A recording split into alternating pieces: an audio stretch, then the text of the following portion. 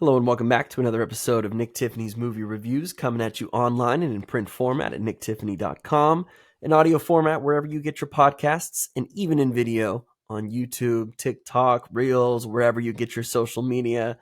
Today we are talking about a British film released last year. It's this weird side of, kind of came out towards the end of the year in England. There is finally getting American distribution, and that is a movie called Femme, directed by Sam H. Freeman and Ng Chun Ping, also written by the both of them.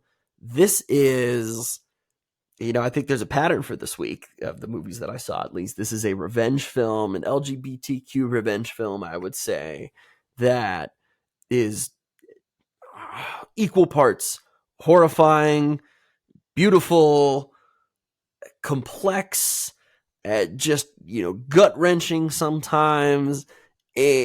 I just had such a unique experience watching this movie. This film is about a man named Jules. Jules, who's played by Nathan Stewart-Jarrett. He is a drag show artist. He's a gay man, does drag on the side in his spare time, something that he really loves and something that, it brings so much happiness to him in his spare time. So, the film kind of starts.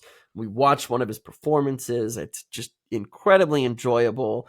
From the very beginning, the style of the film and the presentation of this drag show, of this community over there in London, this group of friends he's got, it's really beautiful. It's really energetic. It's engaging. It's colorful and it's bright.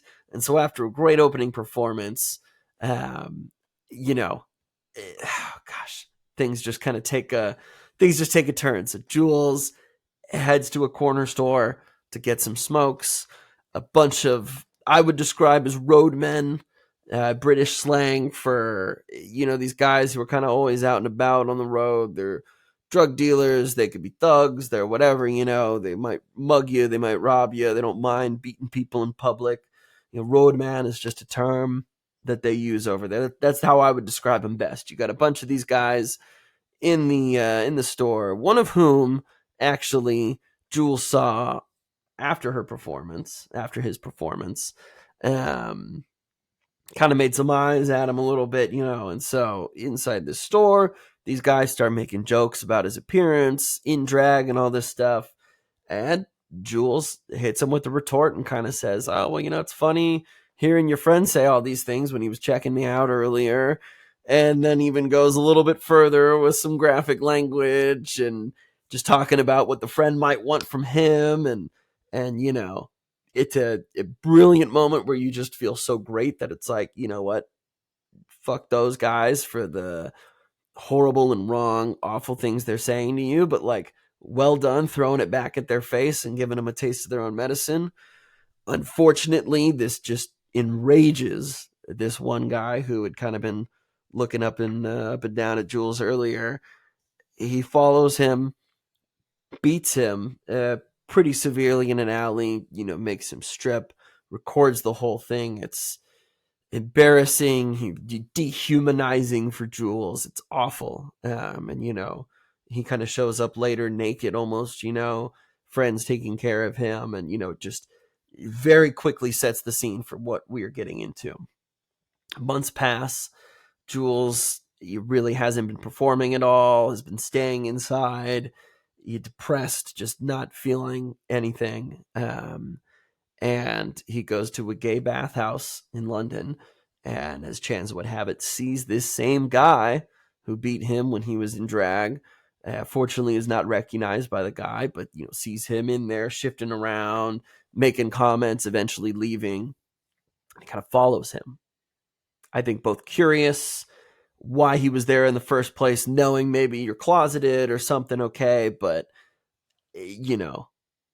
quite honestly, I was terrified from the very beginning.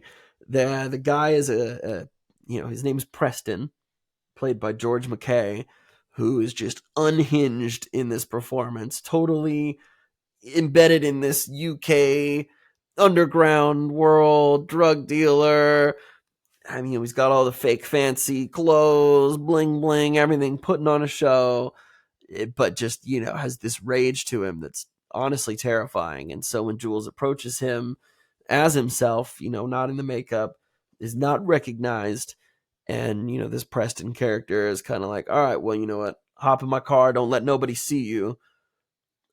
And essentially kind of starts to try to have a physical relationship with Jules, we'll say. One that is completely dictated by him. I don't need my friends knowing this. You don't say shit about me. There's no photos, no videos, no nothing. I text you, then you reply. But, from the beginning, it's just so much insecurity. So you feel, I don't know. I felt bad for the guy, Preston, obviously, that he's got to go to such lengths to hide who he really is. I feel scared for Jules because you can see that he's trying to maybe find a way to manipulate the situation, because he'll go home and he starts kind of looking at revenge pornography and this idea of exposing a straight man, a man who is straight presenting, we'll say, to the public, who everybody knows is straight but is secretly gay, much like this Preston character who puts on like he's a big tough guy into women, making fun of homosexuals and trans people and whatnot, but then himself is actually a closeted gay man who wants to have sex with men. And it's like, it feels like the tale as old as time, this bully who is going to bully you for the things that actually are afflicting him. But regardless, the anger and the amount of embarrassment and shame he feels because of all of this is what makes him so dangerous and what makes him so frightening to watch as Jules kind of interacts with him. And so Jules starts to formulate a revenge plot. Essentially, if I can get this man vulnerable, if I can expose him in a way, maybe then I might feel better. And thus starts this tale of revenge and lust and just the complex nature of human interaction and attraction that we feel and emotion that can come naturally. It's unflinching. It is unwavering in the graphic detail that it presents everything. It's definitely a hard R. There's a lot of sex in the film. And talk about this film and talking about this film with other people, they're like, is it gay sex? Is that what it is? And it's like, well, yes, it is. And I think much like in Euphoria, when that first episode dropped and they're like, well, we showed 100 penises on our first episode in quick 30-second standard, whatever, it was this huge, like, oh my God, more penises have never been seen on screen. And it was shocking, for sure. But then you also think about it, and maybe if you're me or you're a normal, rational person, you're like, well, you know what? In the history of movies, women are usually naked a large percentage of the time, or you see their boobs, there's sex with women, pretty commonplace. You see a lot of graphic stuff in movies, suggestive stuff all the time. So keeping that in mind, you might be caught off guard a little bit if you've never seen gay sex or, certain interactions between two men or two women or whatever. But again, it's like you leave that at the door. Everything that this film presents is done, I think, in a really, really careful way. I think part of it does advance the narrative. I think a lot of it serves the narrative, whether it's shocking or jarring. A lot of the brutality in this film is shocking and jarring, and what happens to people in the LGBTQ community are shocking and jarring. And so this really is a microscope looking at so many of these interactions, so many of these facets of society where some people feel like they can't be themselves even out in public, and some people can't be themselves when they're secluded and kept from the public. So there's so much duality going on here that the two men share.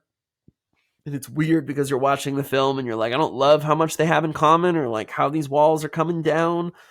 But then there's this human side to it too, where you're like, wow, I've also never seen this character so at ease or so able to feel like they can joke or talk about some of these things. And so it presents a really complex narrative following revenge, following these feelings you might grow for somebody just naturally. The performances are freaking brilliant, if not terrified. Like, this movie is almost part horror movie. It's like part love, part horror, part revenge, part just incredible drama. Um, Nathan Stewart-Jarrett, there's so many moments where I'm just so concerned for his safety. And you also see the evolution of him as a character, how revenge can kind of change him and where he was beforehand and where he ends up after. It's kind of frightening stuff sometimes. And George McKay as Preston is just like, he's kind of like a Barry Keoghan almost. He's kind of like a little freak. This man can do it all, and he does it all so effectively and well that you're like, I'm almost worried how like great he is in this role, or how well he is portraying this kind of character. Because watching this just by myself, I mean, I was terrified in certain moments, just not knowing what was going to happen, not knowing when a burst of violence could approach. It was just like, oh my gosh, the film is so delicately handles this situation. It breaks down so many different scenarios around it. You look at how the friends in each group react or respond, whether it's to straight people, gay people, whatever. You have a lot of thoughts about how they might interact with some of these people, or you might think that no, these people would never blend or they would never work together. And then that's the weird, funny thing about life, is we make a lot of assumptions as people sometimes, and then you're like, wow, these people are actually hitting it off, and they do have more in common than they thought they would, or than I thought they would as well. Yeah, I don't know how much more I can talk about this film without going into spoilers details. I would say if you were a fan of film, first and foremost, of revenge films, of just a really complex narrative, I think this film is incredibly worth seeking out. Definitely a standout of the year for me, for sure. It's opening in limited release here in Seattle this weekend, and I would imagine so around the rest of the country, and hopefully more so in the weeks to come. Mine may not be for the faint of heart. There's a lot of, violence, depictions of it, allusions to it, a lot of things that, if you are offended by or scared by the things that actually happen to real people in real life, maybe it's not for you. But if you can take the story for what it is and really understand and appreciate where some of these characters are coming from or how they've been affected in their lives, I really do think it's worthwhile. I think if anything, you'll come away with a lot of really intriguing conversation about it, about the characters and about the narrative. It's complex, but it is really fascinating. So if you can, absolutely take a look at Femme when it comes out in theaters near you. Thank you again for listening and tuning in to another episode of Nick Tiffany's Movie Reviews. Find us at NT Movie Reviews on all social networks, podcast platforms, and on YouTube. It's just that simple. Thanks again, you guys, and we'll catch you next time.